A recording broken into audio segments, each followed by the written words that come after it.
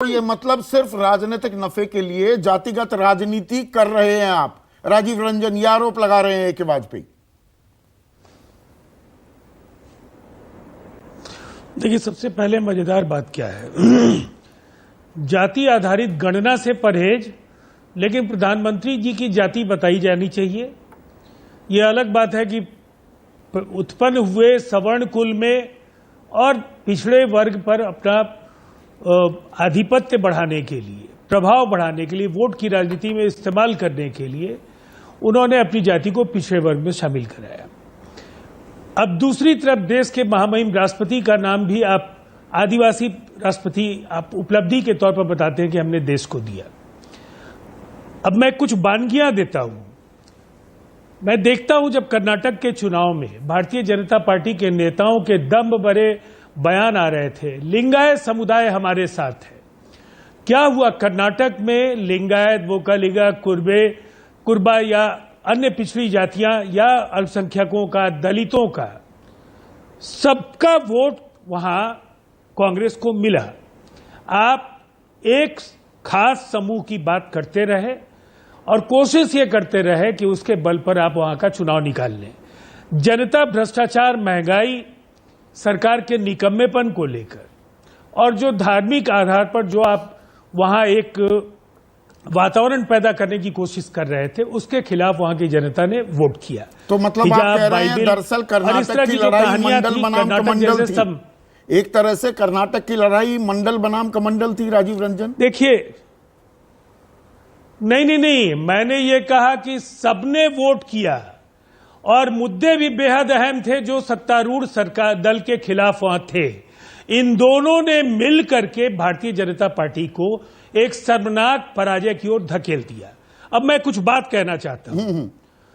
देखिए, सबसे पहले ये सामूहिक तौर पर जातियों का उत्थान करने में यकीन नहीं है, लेकिन किसी एक जाति विशेष का राजनीतिक लाभ उठाने के लिए शायद 75-76 वर्षों के हिंदुस्तान के इतिहास में पहली बार हुआ होगा कि पश्चिम बंगाल के चुनाव के दौरान मथुआ समाज के मतदाताओं को आकर्षित करने के लिए इस देश के प्रधानमंत्री बांग्लादेश के दौरे पर थे और वहां उन्होंने बाजाप्ता उस समुदाय के धर्म गुरु हरिचंद ठाकुर के स्थल पर जाकर के मत्था टेका और वहां से संदेश देने का काम किया।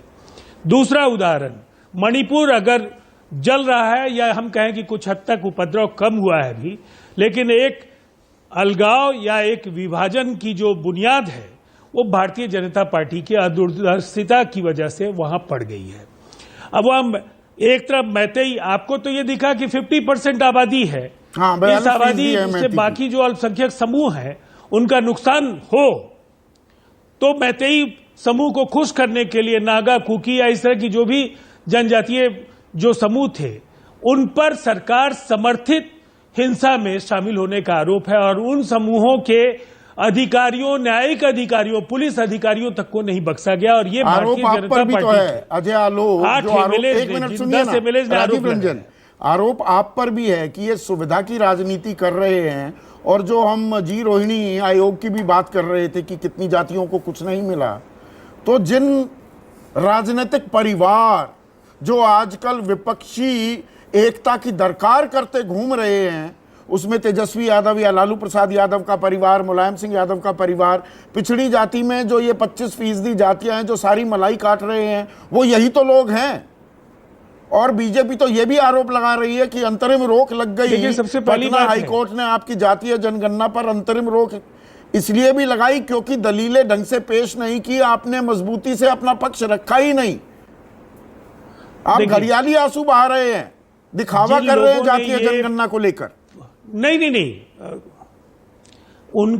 उनके आरोप क्या है मैं उसको तवज्जो नहीं देता। उनका चरित्र देश आज जानता है और बहुत मुश्किल नहीं है आने वाले समय में उनको अपने उन्होंने जो एक भ्रम का वातावरण बनाया है उसका नुकसान भी उन्हें ही सहना होगा। जहां तक 25% लोगों को कोई लाभ नहीं मिला तो उसके पक्ष में है एनडीए की सरकार या उनके खिलाफ। अगर वो पक्ष में होती तो जातीय गणना अगर कुछ लोगों का वर्चस्व है तो उसको भी बेनकाब करेगी। और जो तथ्य उभर करके आएंगे उसकी अवहेलना करना किसी के लिए संभव नहीं होगा। ठीक है, अजय लेकिन आलोक चूंकि इंटरवीन करना आप चाह रहे हैं, घरानों एक की मिनट, बात कई क्या बार करेंगे? उंगली उठा चुके हैं अजय। दो बातें हैं। मुझे अभी राजीव जी ने कहा कि कर्नाटका में लोगों ने नकार दिया, दलित हों, पिछड़े हों, अल्पसंख्यक हों, अगड़े हों, सबने बीजेपी को नकार दिया। गजब नकारा हमें भाई। इतना नकारने के बाद भी 65 सीटें आती हैं, इतने नकारने के बाद भी 50 सीटें हम 2000 से कम मार्जिन से हारते हैं। बहुत नकार दिया हमें, 36% वोट भी है, लेकिन हम नकारे गए। और ये बात वो पार्टी के लोग नकारे नहीं गए, आप मजबूत थे वहां पर। 7% का फर्क, दुगुनी से ज्यादा सीटें कांग्रेस की, आप कह रहे हैं कि नहीं मजबूत थे आप। वो भी आप जानते हैं संदीप जी कि वो 6% कांग्रेस के कैसे बढ़े। मुझे बताने की जरूरत नहीं है कि तुष्टीकरण के कंपटीशन में बाजी कैसे मारी जाती है, ठीक है ना। आपका बजरंग बली वाला कार्ड नहीं चल पाया, वो सनातन बनाम सामाजिक न्याय की लड़ाई हो गई क्या? जिस चर्चा को हम कर रहे हैं उसको दूसरे संदर्भ में अब मैं पूछ रहा हूं। आप ही बोल लीजिए, तब हम ही सुन लेते हैं आपके प्रवचन। हाँ, नहीं प्रवचन तो आजकल आप बाबा बागेश्वर के सुन रहे हैं। बाबा 4 दिन सुने, सब नतमस्तक थे बीजेपी के नेता, तालियां बजा रहे थे, प्रवचन तो आप वहां सुन रहे थे। आपको दिक्कत हो गई। हाँ,